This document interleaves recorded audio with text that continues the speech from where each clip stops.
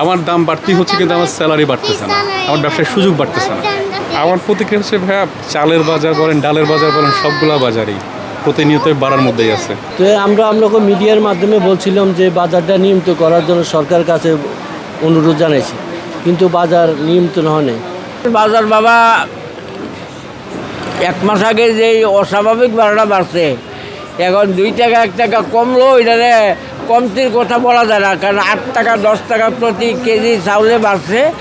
এখন বাজারটা স্থগিত আছে, বাজারটা কমও না বাড়েও না, তবে সামনের দিকে কমানোর সম্ভাবনা দেখি না, কারণ সিজন শেষ হয়ে গেছে। বৈশাখ জ্যৈষ্ঠ মাসে সিজন আছে, তখন বাজার একটু কম থাকে। আষাঢ় শ্রাবণ ভাদ্র মাসে যে বাজারটা একটু গরম হয়, কিন্তু এইবার গরম হয়ে গেছে জ্যৈষ্ঠ মাসে। কেমন তো সামনের দিকে এখন কমনের সম্ভাবনা খুবই কম। বসুন্ধরা টিস্যু, অশুদ্ধতার বিরুদ্ধে এক বিন্দুও ছাড় নয়। আমার প্রতিক্রিয়া হচ্ছে ভাইয়া, চালের বাজার বলেন, ডালের বাজার বলেন, সবগুলা বাজারই প্রতিনিয়ত বাড়ার মধ্যেই আছে।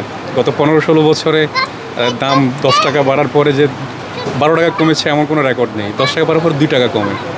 আমার প্রতিক্রিয়া হচ্ছে যে সোজা কথা, যে আমার যদি বেশি দামে কিনতে হয়, আমাকে বেশি ইনকাম করার ব্যবস্থা করে দিতে হবে, ওটা নিশ্চয়তা দিতে হবে। এটা হচ্ছে আমার প্রতিক্রিয়া বা ফিলিংস। আমার দাম বাড়তি হচ্ছে কিন্তু আমার স্যালারি বাড়তেছে না, আমার ব্যবসার সুযোগ বাড়তেছে না। প্রত্যেকটা জায়গাতে হচ্ছে যে আপনার আয় ব্যয়ের যে ভারসাম্য, এটা যথেষ্ট পরিমাণে ড্যামেজিং পর্যায়ে আছে।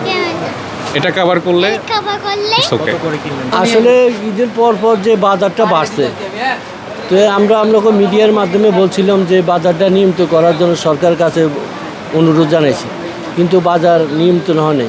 বাজার কমাও না বাড়াও না, যে বাড়ছে ঈদের পরে বাড়ছে, সে বাড়ার উপরে আছে, এখন স্থির হয়ে আছে আর কি।